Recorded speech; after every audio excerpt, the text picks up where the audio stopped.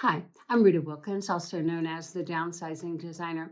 Welcome back to my weekly 5 and 5 series where I share 5 quick tips in just 5 minutes on decluttering, downsizing, and also minimalism.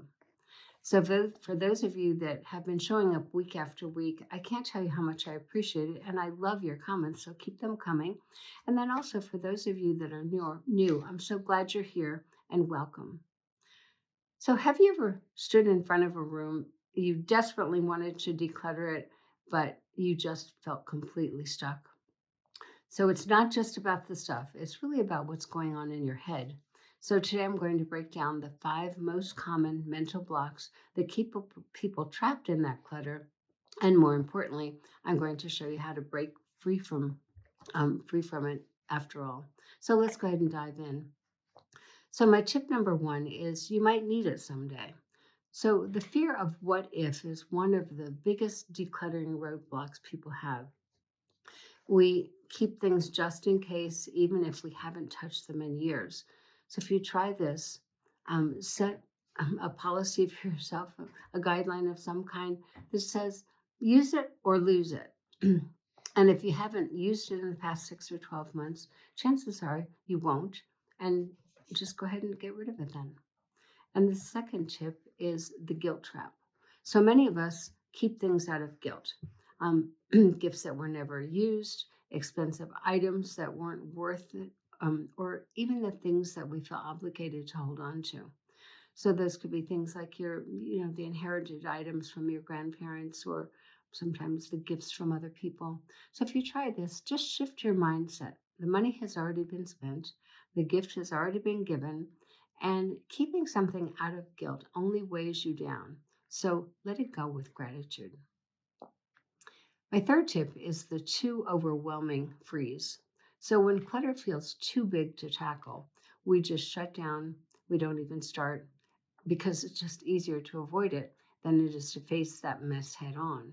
So if you try this, start small, just use one drawer, one closet, one shelf at a time.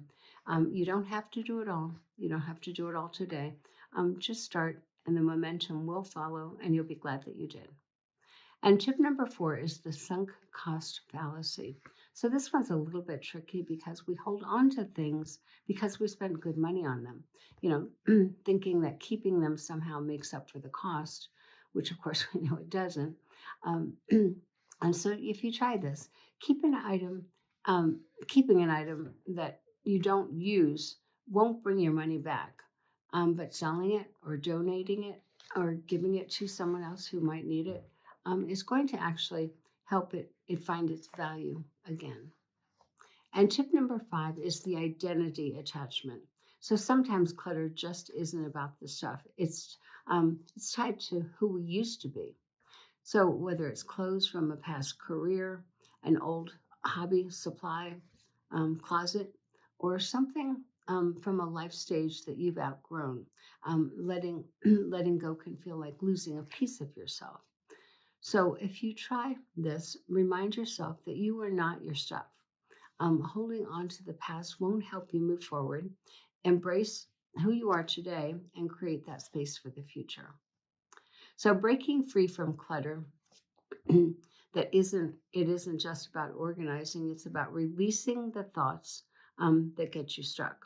So which of these mental blocks do you relate to most? So, if you're ready for more support on your decluttering journey, check out my Essentials Minimalist checklist or in the link below. And it's your simple step by step guide to decluttering every part of your home, um, step by step. So get it's only $2.99. So and as always, if you found this helpful, please subscribe to my channel. Help us keep growing. Also, share this video with others that you think might benefit from this to need a little extra push. And also, I will see you next week in my 5 and 5. And until then, just keep it simple and keep it clutter free.